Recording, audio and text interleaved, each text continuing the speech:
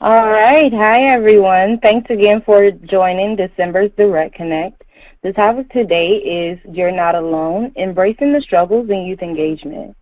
So to tell you a little bit about Direct Connect for those who may be new, Direct Connect is a virtual training opportunity for youth and young adults to develop skills and connect and share resources and do some peer-to-peer learning around important youth-related topics.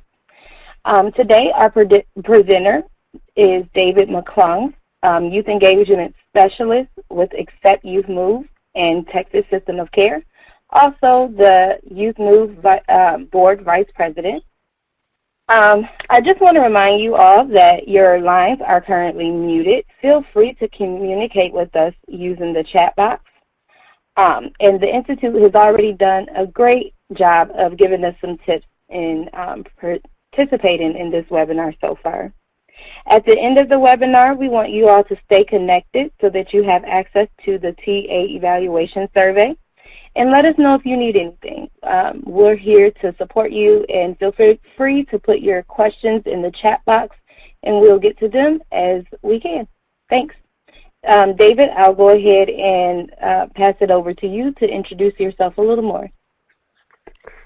Thanks so much, Jasmine. I appreciate it. So again, my name is David McLean. I work as a youth engagement specialist in the state of Texas, where I have the great privilege of getting to work with youth and young adults from around the state to try to look at how we can best utilize their lived experience and the experiences that they've gone through in our youth serving systems to better improve and transform systems so that they can be more responsive to youth, and that we utilize that experience in a way that hopefully at the same time is mutual and meaningful to the youth who are using their experience to be able to do so. And so I'm curious, before we begin and before I go too deep, I'm curious, what are some of the things, who are some of the people that we have on the line, and what are some of the roles that you all have? All righty, remember your lines are muted, so add those answers in the chat box, and I will do my best to get that information out to David.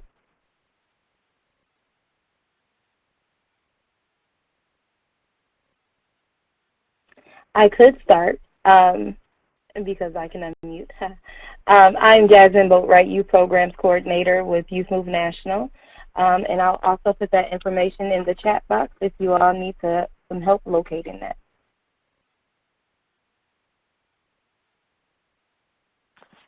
Thank you, Jasmine.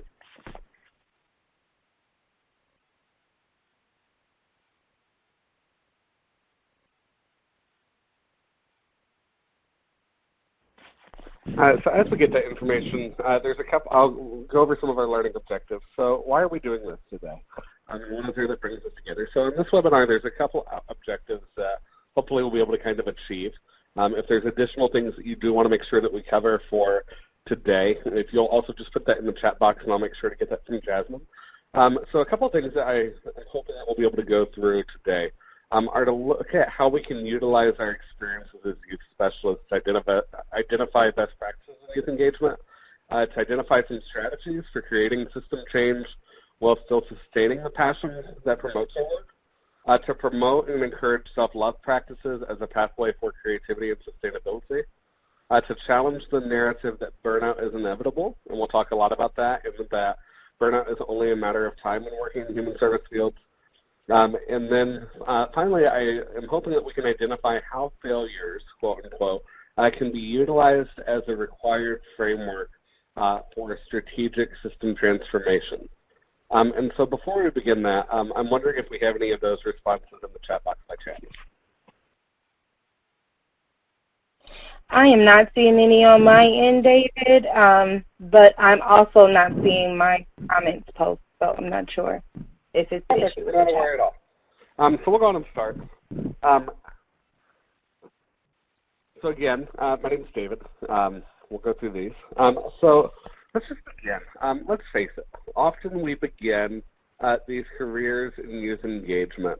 As persons with lived experience, we recognize that there's often a great need for being able to change youth serving systems. You know, often I don't know that many of us would say, you know, my dream job was to be able to work in an environment that is challenging and feels underpaid or underappreciated.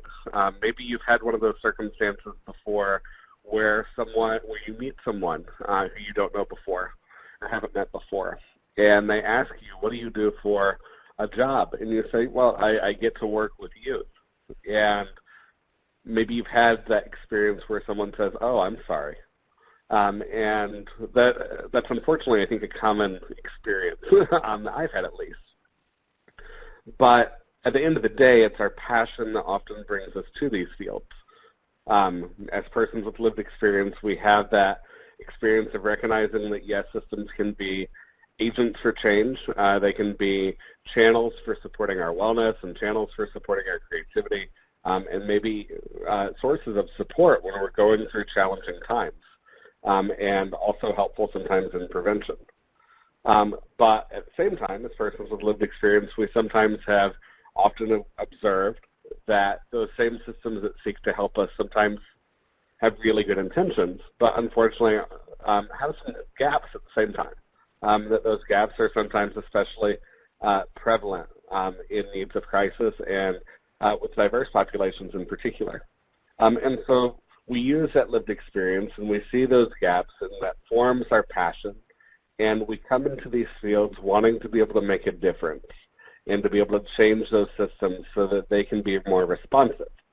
Where maybe if they had those gaps for us, hopefully those same gaps don't have to exist for other people, whether that be our friends or our family members or our own kids or future generations, whoever that may be. Hopefully other people don't have to experience some of the things that we want to. And so that lived experience fuels our passion. And when it does that, there's an excitement that's available when presented with opportunities to be able to use our lived experience. So maybe you can remember a time that you got invited to an advisory council meeting. You got invited to a governance board meeting, or you were asked to share your story on a panel at a conference, or you had your first presentation, or you got a part-time job, or you were hired on as a contractor, or you were given the opportunity to inform how an activity was going to happen or what an event was going to look like. And all of those opportunities bring a natural excitement. There's something within us that says, hey, that's special. That person valued enough in me, and they saw enough potential, and they cared enough about my voice to invite me to the table and to have me there and present in a meaningful and authentic way. Such opportunities naturally bring about a sort of excitement through that. And so sometimes maybe when that happens, we feel a bit like a superhero. And so I'll use Batman as an example. We feel like someone who maybe has gone through some experiences, maybe had some traumatic events, maybe has gone through something that maybe we wish sometimes that we didn't have to go through, but we then have that opportunity to be able to make a difference, and it feels valuable, and it feels like we can be a hero to be able to infuse our voice into the systems that have those gaps and to really be able to create a powerful and authentic change, and that's exciting. So yeah, that's awesome. And we're able to kind of embrace the opportunity that comes with that. But then the job starts. We find ourselves in those positions. We find ourselves at the table and being one of the only people with lived experience. And we find that there isn't an understanding of why we're at the table. And suddenly what we start to realize, unfortunately, is that not everybody cares about youth engagement. So yes, there may have been someone who brought us to the table and had really good intentions and was excited to be able to hear from us. But maybe we get to that meeting or we get to that space, and suddenly it seems like not everybody knows why we're there. And there's that look of confusion on their face. And there's a sense of concern about, well, what is it that they think that we're going to say, and how are they concerned about how we're going to say it? And while elephants in the room may be common, the idea of having youth in the room starts to feel a bit foreign and sometimes a bit scary. And suddenly we discover that the systems that are designed to serve us may sometimes have people who don't care about the voices of people with lived experience. To make it more challenging, we often discover that there's extensive histories that make change efforts difficult. And so where we come in and we're excited about creating change and we share our story with hopes of seeing immediate action, often there's relationships and tensions and bureaucracies and policies that prevent change from being able to happen as immediately as we may hope or in the ways that we may hope.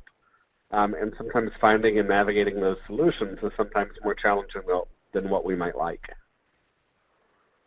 And at the same time, then when we find ourselves in formal jobs, sometimes those jobs are hard for others to understand and for us to be able to explain to other people.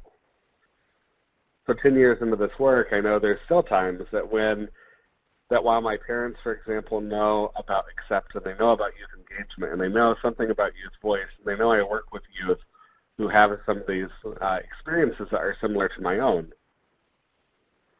often there's a challenge in being able to describe what that means, because as much as youth engagement means something in the world of system of care, and it means something in mental health, hopefully, and in our agencies, terms like youth engagement are sometimes foreign to people who work outside of these fields. In youth voice, sometimes people assume that youth voice means somebody who's going to sing something or they're going to give a speech. And while those may be forms of youth engagement and ways that youth utilize their voice, hopefully the concept of youth engagement goes above and beyond that at the same time.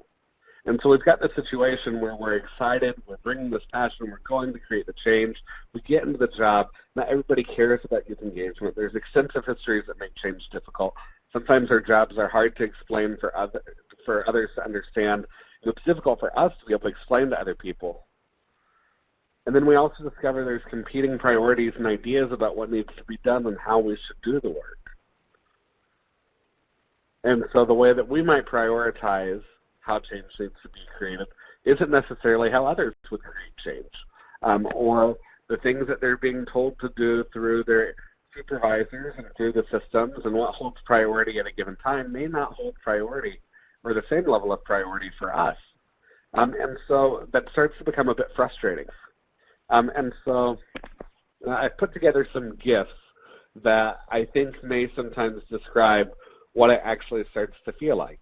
And so on here you'll find a satin Batman, or you'll find the gymnastics athlete who is trying to perform the flips and is trying to perform as necessary and suddenly is falling on her face.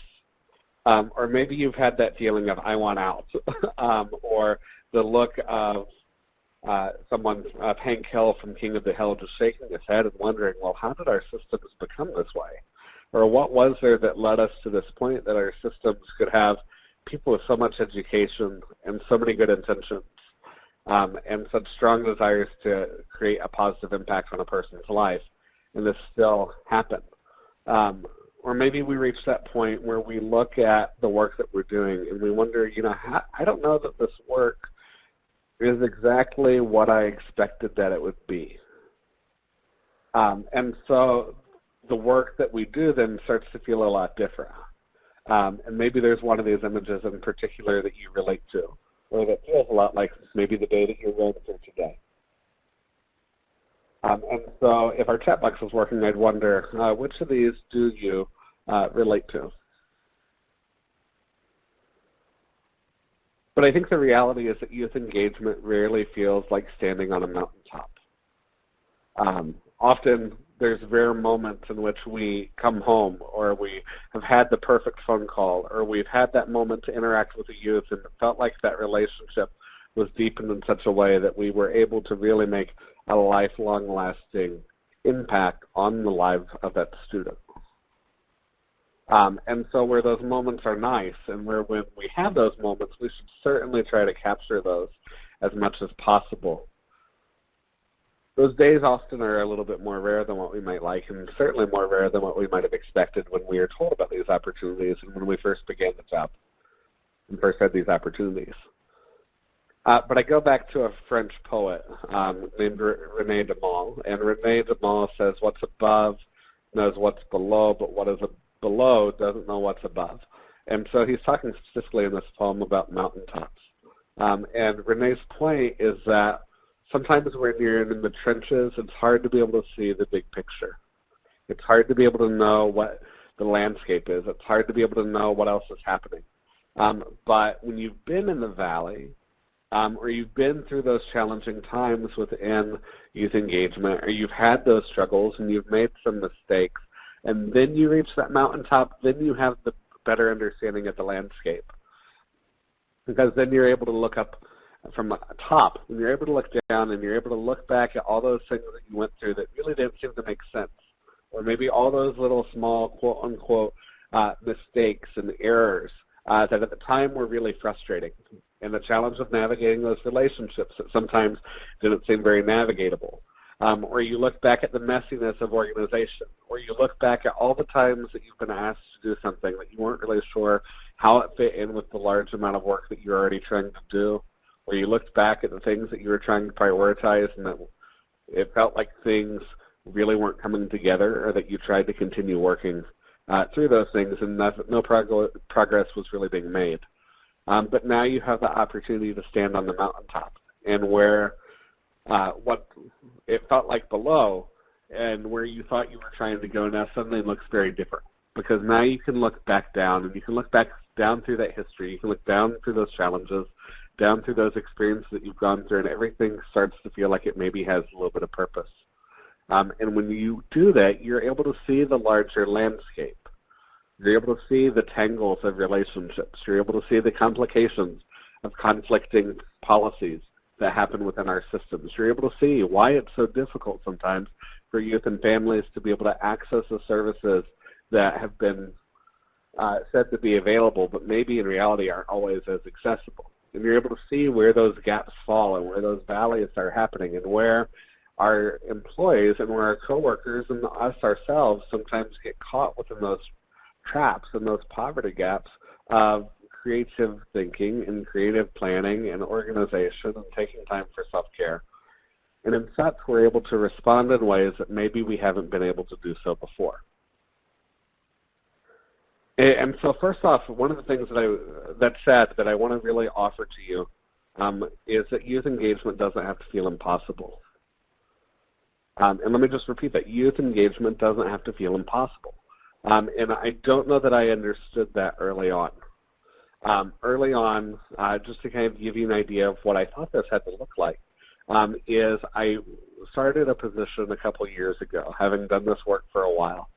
And as a youth engagement specialist, I thought that somehow I was responsible for saving the world, because when we have that lived experience and it fuels our passion, we naturally want to be able to create a change that's significant, not for ourselves, not for our names to be known, but because, again, those experiences are personal, and that's part of the challenge of the work that we do, is that often it holds a personal connotation to it, and it holds personal meaning to it. And so it's not just a professional job that I can go into from 8 to 5, but because one, youth engagement's rarely those hours, but two, because I can't just leave it there, because it impacts my life, and it has meaning to me, and the way that it impacts, and the decisions that I make today, and the way that those systems change, impacts myself, and it impacts my nieces, and it impacts my future kids. It impacts the way that my wife and I think about how our family is going to look down the future.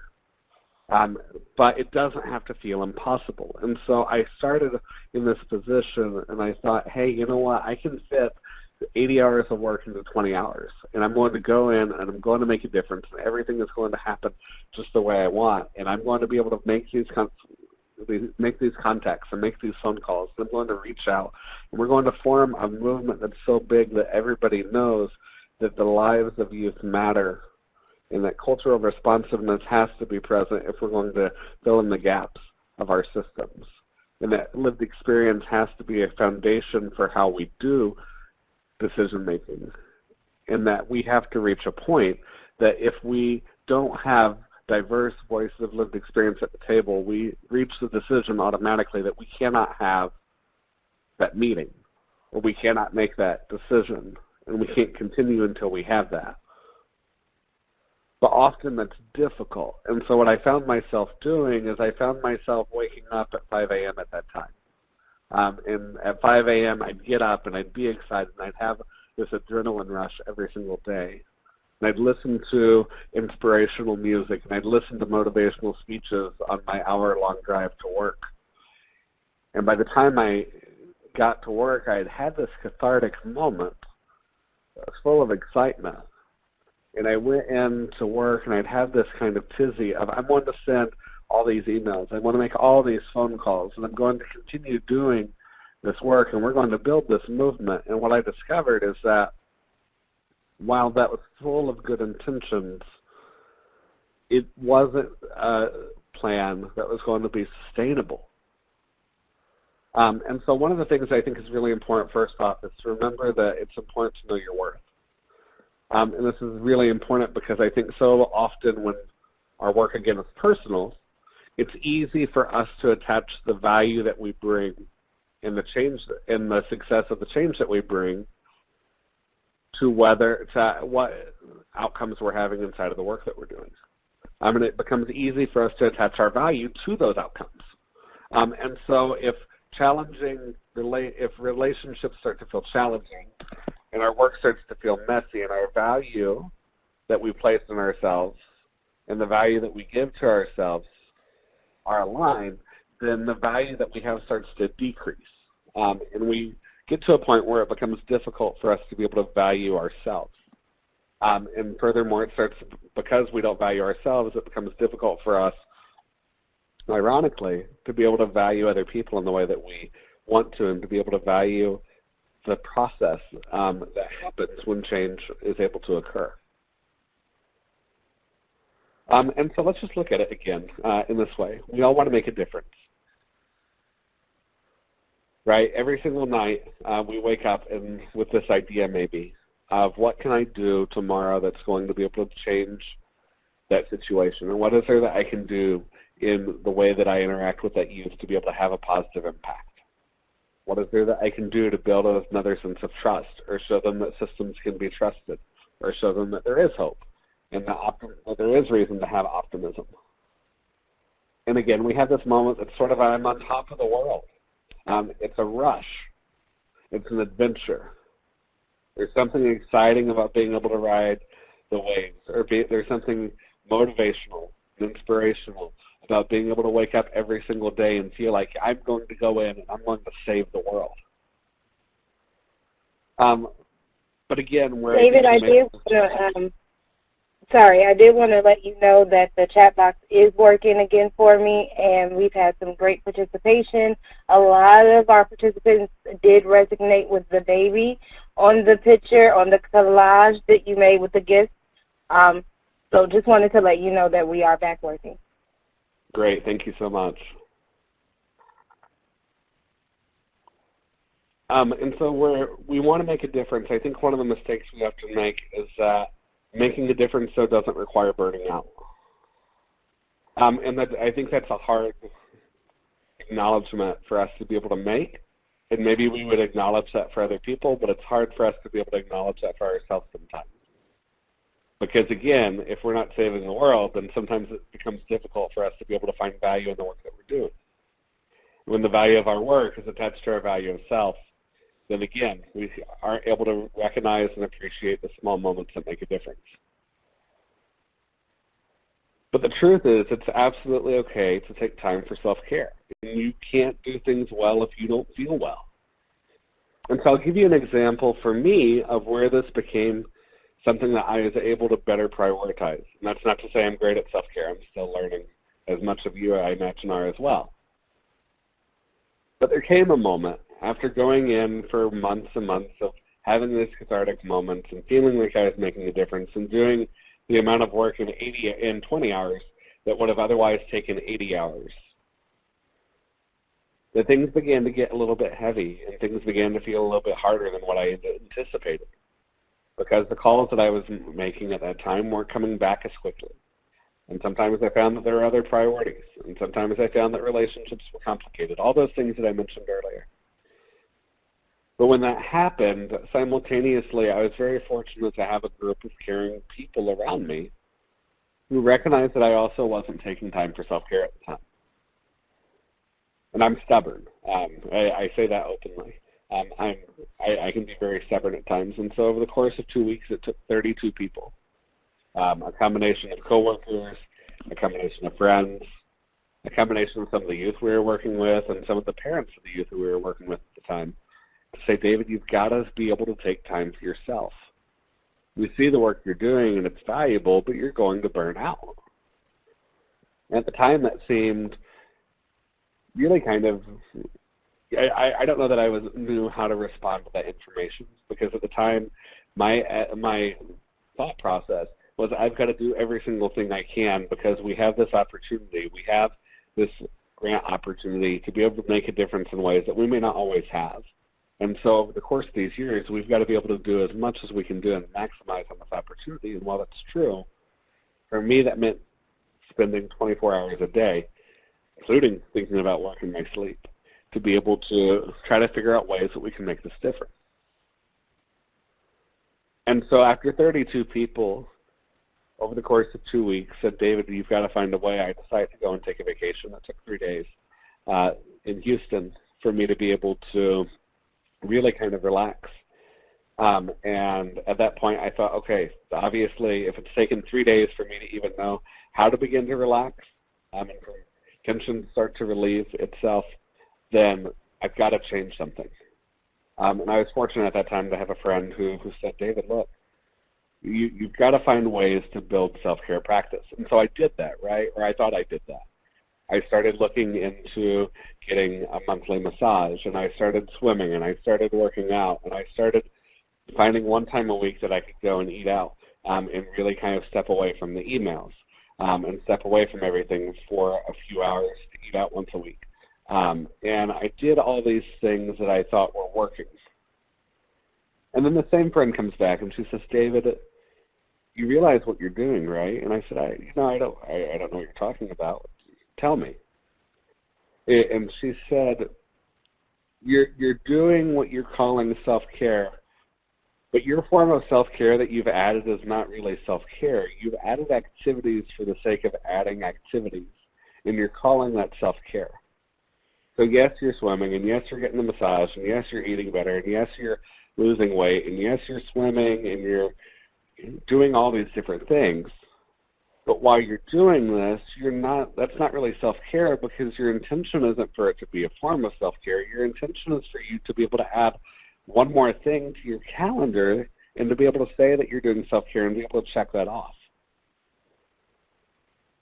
And it changed how I understood self-love and how I understood self-care, because if we're only doing practices that are supposed to promote wellness for the sake of saying we do it, then we've missed the point in the nature of what self-care is meant to be at its core.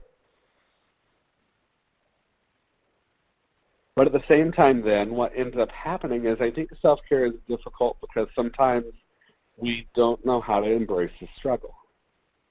Sometimes I think we look at all the things that are happening inside of our work, and not only do we anticipate that those changes will happen very quickly, as I've already touched on, but we also anticipate that we can take on numerous things, and that somehow, despite all the other work that people have done with similar education, similar backgrounds, similar good intentions, similar care for youth voice in the past, that we're going to be able to step into these careers, and we're going to be able to step into these fields and use our lived experience, and everything is going to be able to come together. That suddenly people are going to get it, and they're going to understand the value of youth voice, and they're going to develop youth advisory councils. They're going to consistently have youth voice in every single facet of the work that they're doing, because they understand what that value brings and the necessity for it to be able to make positive decisions. But the reality is that youth voice is still often innovative, and it challenges the way that our systems work.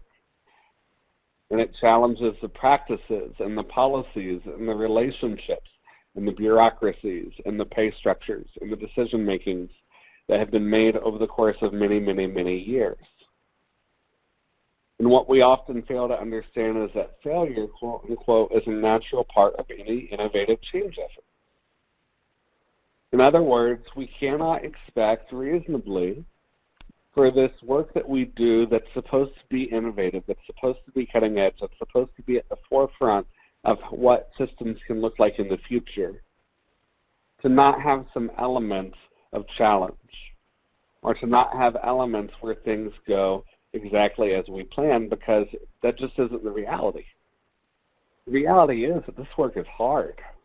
and this work is demanding, and relationships are difficult, and jobs are messy, and things are ever constantly changing, and being able to stay attuned to that and awake with what's happening is often difficult and often requires a very, very, very large amount of knowledge and skill that takes time for us to be able to obtain and a lifetime for us to be able to master.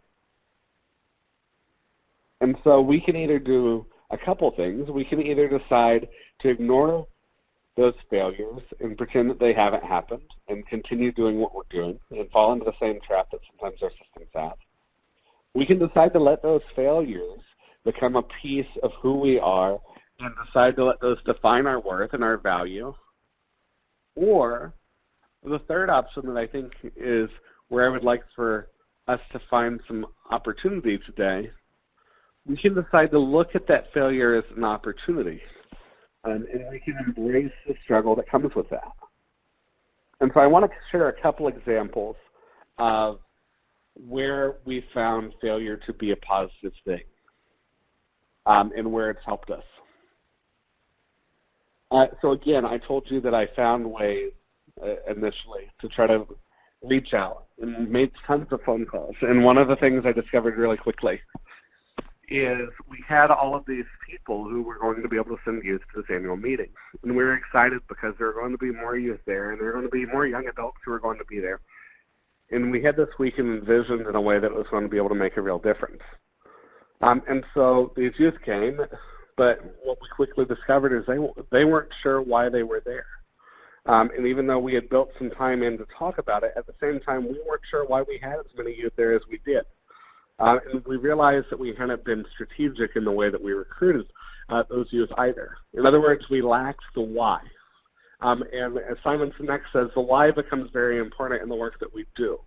Because as Simon Sinek says, people don't buy what you do. So it's not just that we do youth engagement because it's difficult for people to be able to buy into. But people buy why you do it. People buy why you do something. Well, why do we have youth voice? We have youth voice because it informs decisions in a way that with information that we otherwise don't have access to.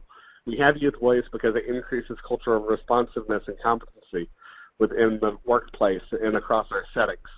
We have youth voice because it helps to decrease the cost of services by increasing engagement and allowing for opportunities to engage community perspectives in ways that we otherwise don't have to.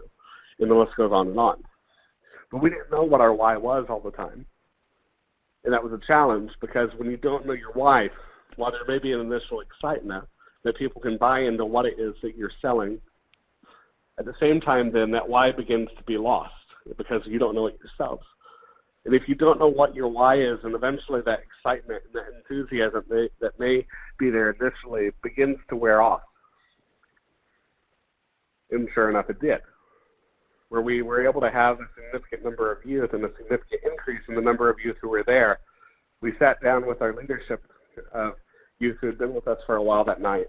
And when we did so, we had some very hard conversations, some truths that were difficult at the time for me to be able to hear. And those conversations went something like this: David, but what's the goal? Why are we here? What's the purpose? What role do you envision that those youth could have? How do we continue to have a role in the work that you're doing? How can we better inform things that are happening?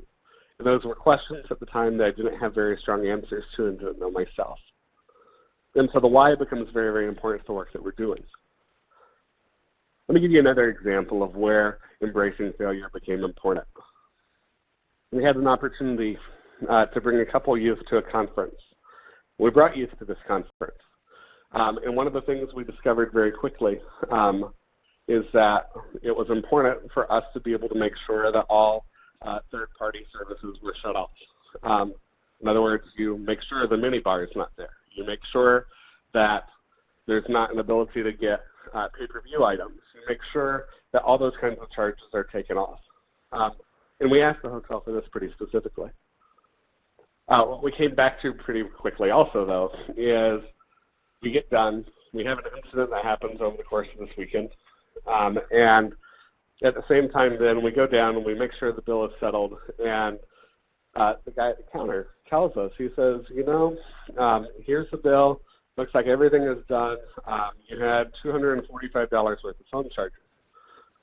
We said $245 of phone charges. Well, how? We asked for these utilities to be able to be turned off. None of those other items were available. What we learned very quickly is that often phones are a third-party vendor for hotels. And what that meant for us is that where they could turn off a minibar, or they could turn off pay-per-views, and they could turn off other types of services and amenities that could be charged. Phone calls were not one of those things.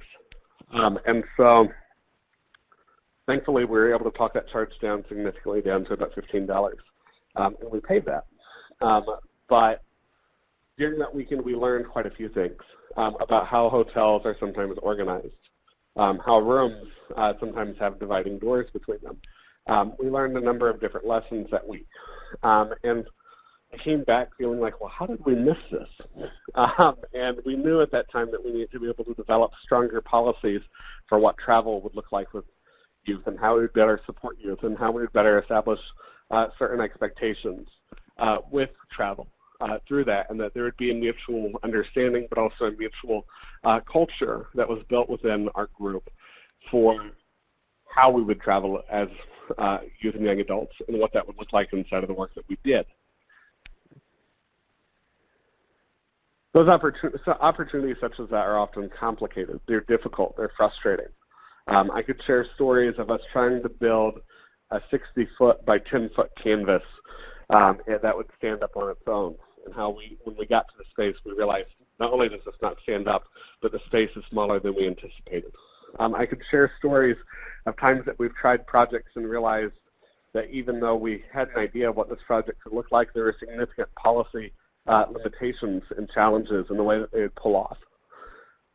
What I've come to understand over the course of 10 years, though, is where those challenges sometimes cost some money, where those challenges sometimes are frustrating, where sometimes those challenges keep me awake at night, and I sometimes wonder, well, how can we do better on this? And can't we find a way to possibly try to fix these challenges that exist?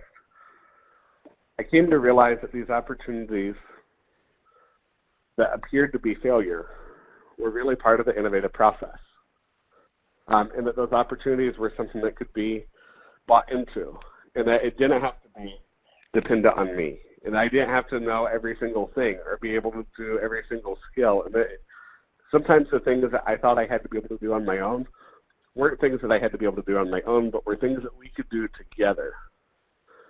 So I'll give you an example of a book that I read a while back.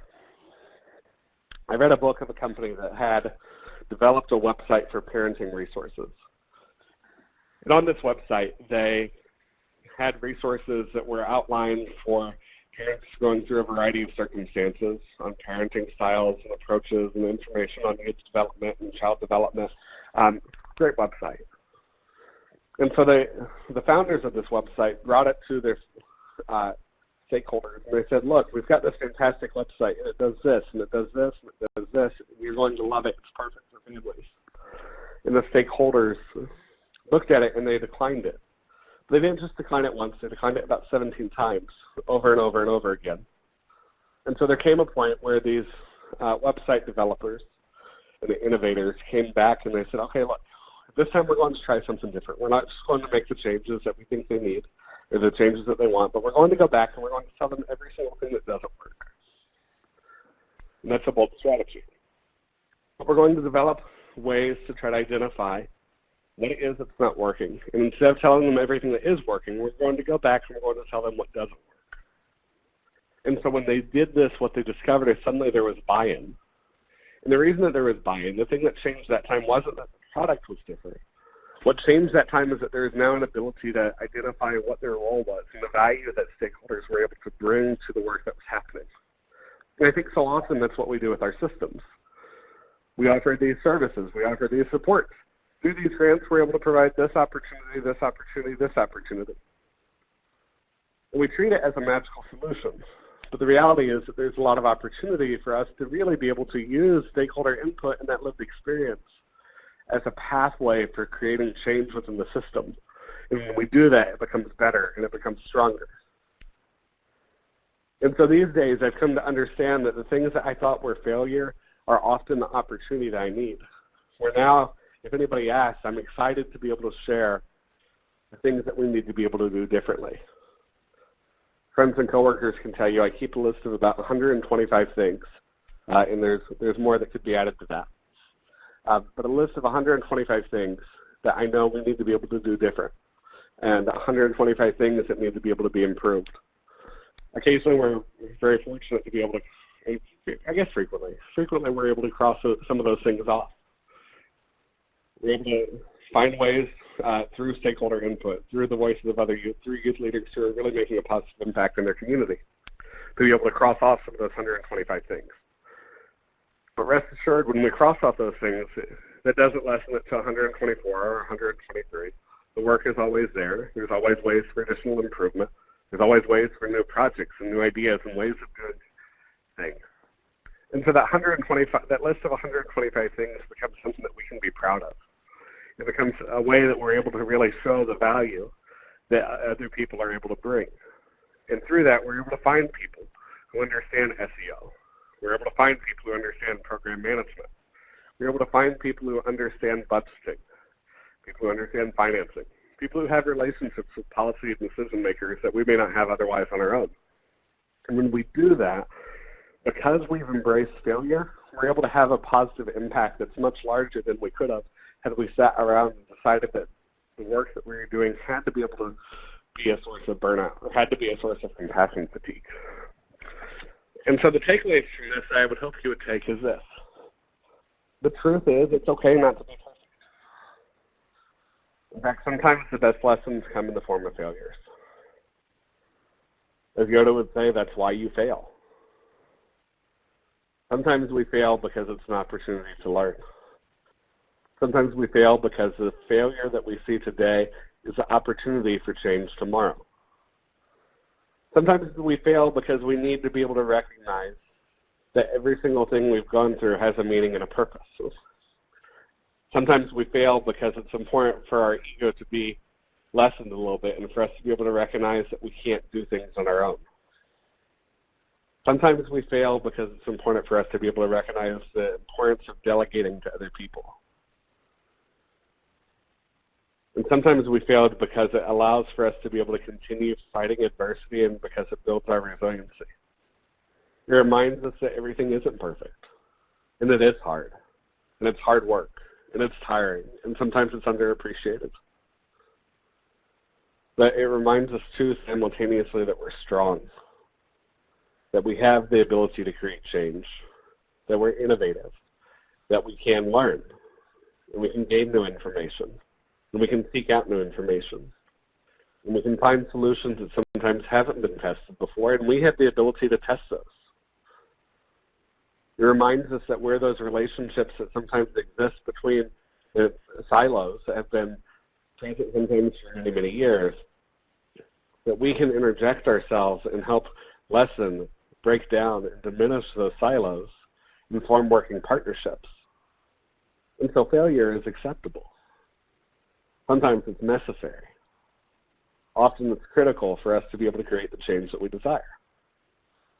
And so the biggest predictor of success isn't whether you struggle, but it's how you respond in the face of adversity. And so here's a bold question just for us to think about for a second. What if the challenges that we experience also provide incentive for others to buy into what we're doing? What if there's people, whether that be youth, whether that be family members, whether that be other providers, what if there's individuals, organizations, and systems who are waiting to know how their input can be utilized and the value that they bring before they're able to buy into what we're doing and why we're doing it?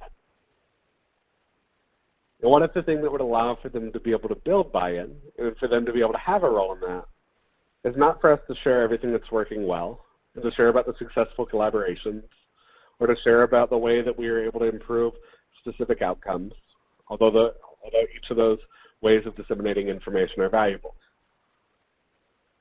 But what about the thing that would project us to the next step is not sharing those successes, but sharing some of the challenges? What if by and through courageous conversations, we were able to really have some meaningful dialogue, where we were able to say, look, here's what we've tried. Here's the challenge that we're facing and the dilemma that we can't seem to find the solution to. What would happen if we were able to say, look, we recognize that as individuals, or as one particular agency or group of individuals, that we can't do this by ourselves? Was the one thing that was going to be able to allow for people to suddenly feel like they had the opportunity to be able to participate with us. And that by doing so, we gained authentic partners. We gained comrades in the journey. We gained people who were willing to be able to find failure alongside of us and seek out failure so that we could continue to learn and to celebrate not only the success, but to also celebrate the failures and the challenges that we face as well. And so just to repeat that bold question, what if the challenges that we experience also provide incentive for others to buy into what we're doing? You see, the important thing is that we keep on keeping on, because there's always opportunities to learn and grow.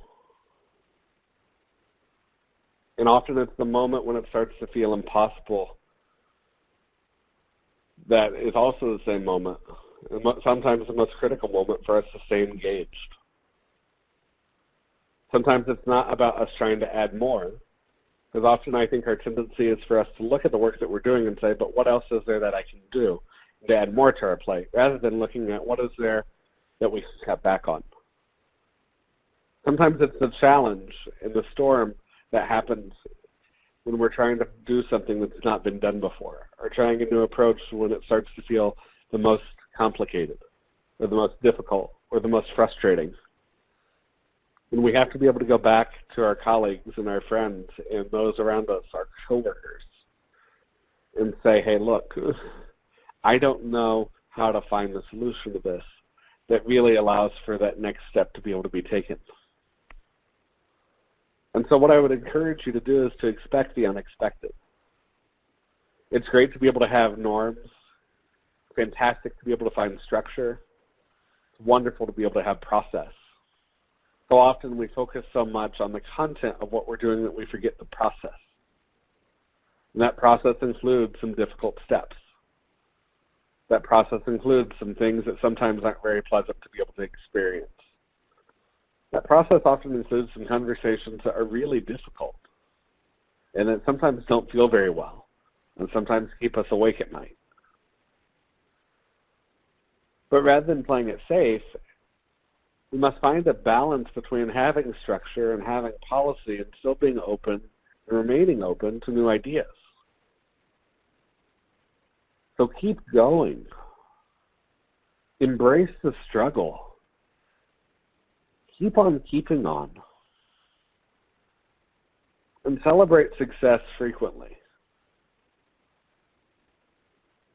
You know, again, I think it's so difficult for us to be able to celebrate success sometimes. I think sometimes we're very inclined to be able to look at where things aren't going well. We look at that conversation. We look at that relationship. We look at that policy. We look at how much work is on our plate. We look at the number of emails that still haven't been answered. We look at the top 10 things that we've been meaning to do for 2 weeks or sometimes 2 months and wonder when are we going to actually get to those things. And when we look at all those, sometimes it's difficult to celebrate because 2 weeks or 2 months of emails and other things to do sometimes don't feel very well. Sometimes they're actually quite difficult. But when we do so, it's also important to be able to celebrate the success. And that success doesn't have to be, hey, I changed the world today. Sometimes that success is small, often so, in fact. Sometimes that success is being able to look at us being able to get through an email, or to respond to a colleague, or to have a new idea, or to begin a courageous dialogue, or to take a moment for self-care, or to remember to eat lunch, or to have a conversation with a colleague that didn't have to revolve around work, or to find somebody that we could talk to who didn't share the same work that we do, because that's important. So often we develop relationships with people who share the similar work that we do, that when we're given the opportunity to really dialogue and meet other people, sometimes it's difficult for us not to focus those conversations around work. Nevertheless, those people remain important for us. And it's important to be able to know people who don't do the same work, so that we can have social relationships and support that don't revolve around work. And so whether it's finding those relationships, having those conversations, eating lunch, remembering to wake up, eating healthy, getting some sleep, taking off a little bit early, finding a way to respond to an email, whatever that may be, celebrate success and do it frequently. And when you find it hard to do so, when it's hard to look at the work that you're doing and you wonder, am I making a difference? Or why am I in this field? Or isn't there somebody else who can do this work better than I do? Or isn't there somebody else who cares more? Or isn't it not okay to be struggling with my own sense of self-worth in this work? Those are the times to really celebrate success. Sometimes when it's hardest are also the times that it's also most important for us to find the small little details, to take a moment to celebrate, to share that work with other people, to share the things that are going well. And so I say to you, even though it's difficult, and even though it's often challenging to do innovative work, even though it's difficult to find our value, where it's difficult to be able to find ways to celebrate failure, where it's challenging to be able to keep on keeping on, this is what brought us to the work. We're doing it. We're in the trenches. We're finding ways to struggle. We're finding where policies don't sometimes work for youth, and sometimes where they conflict with one another. We're finding that those relationships that sometimes didn't make any sense absolutely still don't make any sense. We're finding that it's okay to feel like a small workspace doesn't fit very well. And it's okay to find that human service departments sometimes don't feel very human. But despite all those things, you can do it, because the voices of youth matter. And cultural responsiveness absolutely has to be present in the work that we do. And there's absolutely a role for being able to find innovation. And failure has to be a part of what we do. Challenges have to exist in order for us to be able to create change, and that's okay. And so if you've come to this conversation, or you've come to this webinar today with the feeling that, hey, it's Friday and can't I just try to get to the weekend? Or, hey, the weekend is coming and I'm going to come to the weekend and I know I should take a moment for self-care or self-love, but I've got all these things to be able to do and I don't think I can do them. Find a way to take that self-care. Or if you've come to this webinar today wondering, how are we ever going to have youth voice, and is it ever really going to make the difference in the way that we would hope for? And maybe you feel discouraged. And maybe you wonder whether it's worth it. Or maybe you wonder whether you're going to be able to stay inside of this field for an extended amount of time. And maybe you wonder whether other people are ever going to understand the things that you've said thousands of times and really do something about the work and really make a difference with you. Know that it's possible. Know that the work that you're doing matters. Know that the relationships that you're building today are the relationships that can be used to not only transform the lives of that youth, but to transform communities in ways that are powerful. And that's the opportunity that's available today. The opportunity that's available today is to have courageous conversations. It's to be able to face adversity. It's to be able to recognize that the experiences that feel like they're having such a negative impact are often temporary and can be temporary. And that collectively, when we come together, the impact that we make collectively is powerful. And that we can't do it on our own. And that it's okay to be able to say that. And that when we do the work with other people, sometimes it's really gratifying. And sometimes we find that the work that sometimes felt so defeating so isolating, so helpless, so frustrating, so anxiety-ridden, so stressful, so unpleasant, and so forth. Really at the heart of it still holds the same opportunity that brought us to it. Because our passion is able to fuel the fire. Our passion leads us to new information. It leads us to new connections. It leads us to new opportunities. It leads us to being able to have challenging conversations. And the work that we do really can make a difference. And so keep on keeping on. Find the fire. Find the passion. Continue fighting. Keep pressing on even when it feels defeating. And know that the work that we're doing is okay. Find other people who understand what it's like to be going through what you're going through. Find someone you can have honest conversation with. Find someone who's willing to listen to you and not just give advice. Find someone who's willing to help support your self-care. Find someone who's asking how you're feeling. Find someone who's willing to provide support. Find somebody who really is able to cheer you on and be the biggest cheerleader that you can have. Find somebody who understands what it's like to go through a challenging time. Find somebody who's impacted by the work that you're doing. When you do those things together, we can make a difference. Because yes, it's a journey, but we can embrace the struggle, and we can find success together. And so that's the end of my presentation today, but I wonder if there's any questions or comments that people have. David, so far we have Deborah in the chat box said, could you briefly discuss how to support parents of the youth as a component of successful youth engagement? Sure. No, thank you so much, Deborah. I really appreciate that. So one of the things I think that's a fantastic question, first off. I really appreciate your question. One of the things that I think sometimes happens that I see is that families are sometimes seen as being separate from youth. And this happens a lot in our systems care community, sometimes especially, where we say this is family voice and this is youth voice.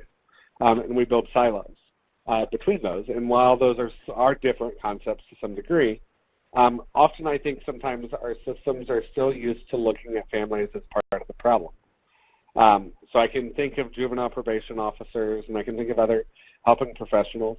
You name the profession, I've probably heard it from one of those professionals, who has said, you know, if it weren't for the parents, we could do the work a lot more successful.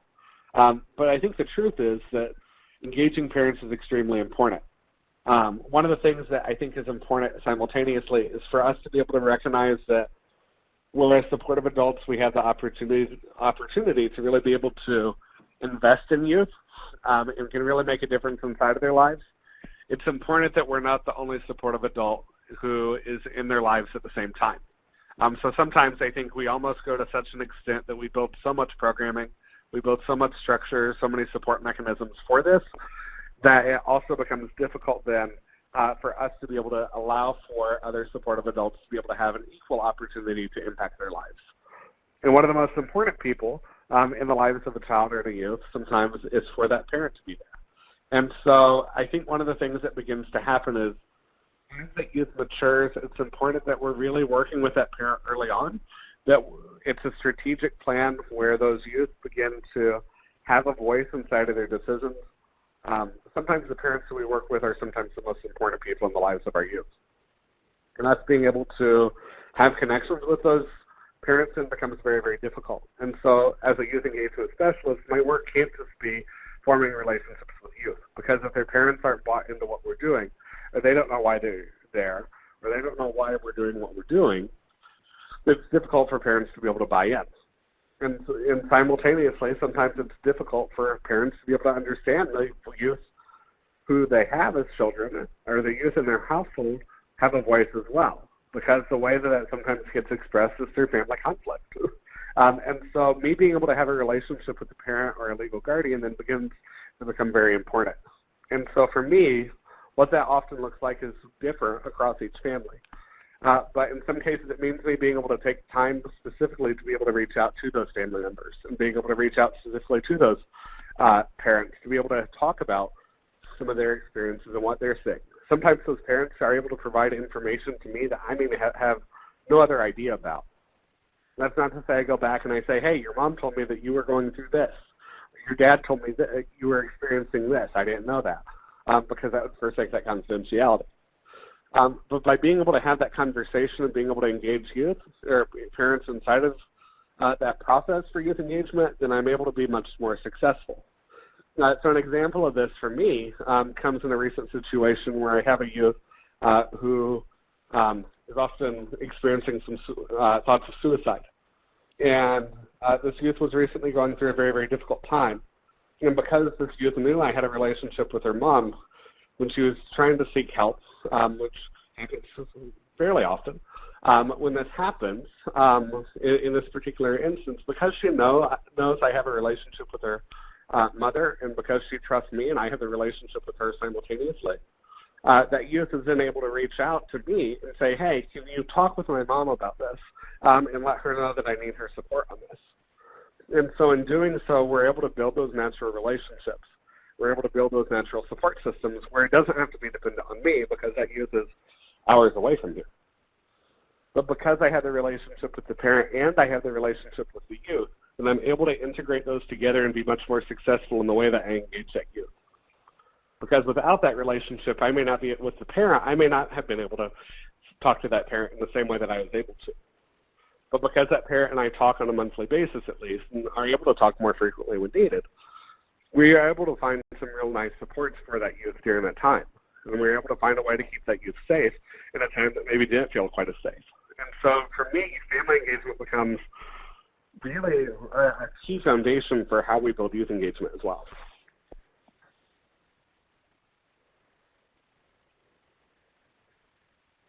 Thank you, David. That was super helpful. I actually have a question myself. My question is, as coordinators and specialists of this work, we a lot of times feel the frustration and burnout of the different activities. But we also know that our young people also feel this same frustration and burnout at times. How do we, as we're constantly engaging them, also create space to make sure that we're able to have those kind of real conversations with them? So one, make sure that they're updated on things that's, happening and why things are happening the way they're happening. But two, hear what it is that they really feel, if that makes sense. I think it does. Let me take a stab at it, and then if there's additional question, definitely feel free to clarify or tell me what part of your question I may have missed. So I think one of the first things I heard you say is what do we do when we have youth who sometimes are feeling the pressure and the burnout as well alongside us? One of the things I think is really important is authenticity matters in the way that we engage youth. It matters inside of the work that we do. Because if I come in and I'm like, oh yes, everything feels perfect today and I've got it all together and I know exactly what we're going to do, and if you just follow me, number one, that duplicates and replicates the way that systems have traditionally worked. Number two, it also doesn't further that relationship because sometimes I'm not feeling the best, or sometimes I do have a lot of other things that are on my mind, and sometimes I am unfocused. As much planning as I may put into something, when it comes down to it, there may be times that things don't feel as planned as what I thought they would be. And there may be times that I thought something would go a certain way that I had planned out, and it doesn't happen that way. One of the things that's really important to me is being able to be really authentic and genuine and transparent when those things happen. And so when we sat down with our leadership team a couple months back, for instance, we took time very specifically to be able to kind of recap what our youth have experienced over the last year. And our leadership team was able to share very openly some of the challenges that they had. And in turn, I was able to share some of the challenges that happened over the last year for myself, and how, for myself, a number of transitions have led to a large amount of anxiety on some things. That transparency was important, not because it only impacts the work that we do, but because it impacts the relationship that I have with those individuals. And so being able to be there consistently at the same time starts to be a challenge. How do I, if I feel like I'm burned out or I am experiencing the effects of secondary trauma, or I don't know how to progress to the next step, how do I do that? What do I do when the demands are still there at the same time? Again, kind of going back to the family engagement piece, one of the things I think is really important is that it doesn't rest completely on us. In other words, youth engagement isn't me as a specialist or a coordinator doing everything youth engagement. At the end of the day, youth engagement has to be a bought-in process, and it has to be something that isn't just dependent on me, but is dependent on other people. And so some of the ways we do that are, one, we make sure our youth have access to other resources. Those may be things like crisis text line. Those may be other apps as well, and sources of information.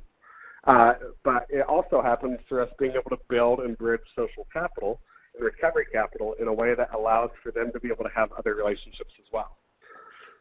And so as much as there's times where I may want to be able to respond to text messages at 12 o'clock midnight, 1 o'clock in the morning, 2 o'clock in the morning, 3 o'clock in the morning, and in the case of emergency, our youth know we're available. At the same time, we've also been able to establish some really strong boundaries with our youth at the same time for them to be able to know that we may not be available.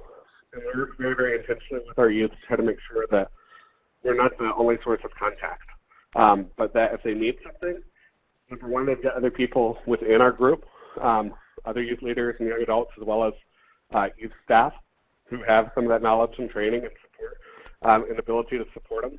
And then we also make sure that there's people outside of our organization as well who are able to do that.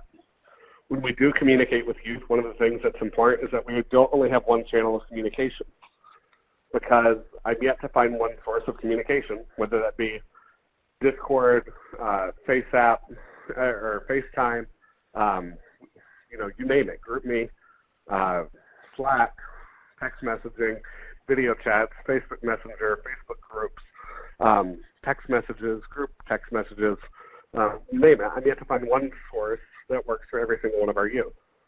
And so when we put information out there, it's very, very important that we find numerous ways to be able to communicate with those youth. And by having those numerous channels, then it allows for us to connect with a wider array of youth, but it also helps for us to make sure that youth are seeing things multiple times. And when we do so, we're very, very clear about what our why is. And so I try to make sure, and again, sometimes we struggle on this, but I try to make sure that when we do something, there's always a clarity as to why we're doing it. And so we never just do a game for the sake of doing a game. We do a game because it holds a specific purpose, or we hold meetings in a way because they hold a specific structure, or because that structure allows for us to move forward in a specific way. When we can be clear on those things, and it allows for us to be clear in our relationship and our role, and to clarify our role and purpose, but it also allows for us to be more successful at the same time.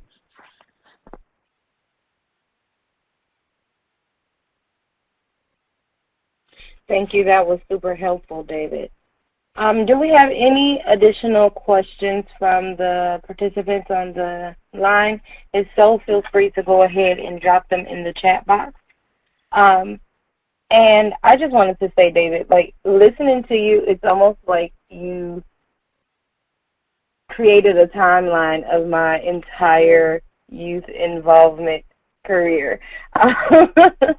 And it was a really great presentation. It just, the things that you talked about, the evolution of kind of engaging your team, right? And like when you had that aha moment that it didn't have to rely on you, that there was others who were there to kind of support you in that.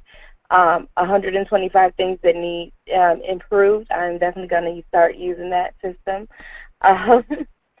And then just, you know, making sure that you are celebrating successes, paying attention and not doing self-care just to check it off a list. I definitely went through that phase myself and still struggle to make sure that, you know, I'm doing something that I find not just something as a self-care activity, but also a way for me to really be relaxed and, you know, be able to let go for a minute.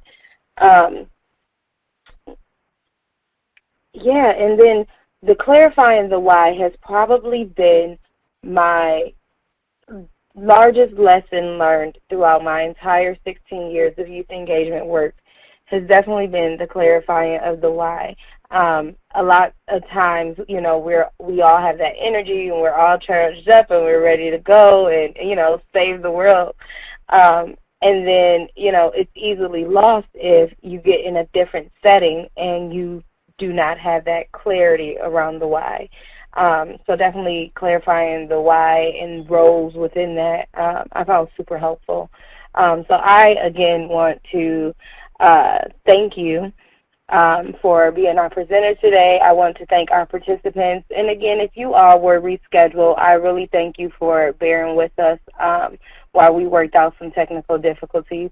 So thank you so much. And we're going to go ahead. If there is no, oh, wait, I have a couple of people typing in the chat box. I have a couple people saying the presentation was great, and thanks, David. I completely agree. If you all have no more questions, I'll go ahead and allow you all. Oh, I still have a couple people in the chat box. But while we're great presentation, David. While we're wrapping that up, David, again, thank you, and we'll go ahead and get this recording out to you all, and I'll let you all go ahead and get to your weekend. Have a great weekend, and happy holidays if you all are celebrating this year. Thank you. Have a great one. Thank you so much, everyone. And remember to stay on and stay connected for the TA evaluation.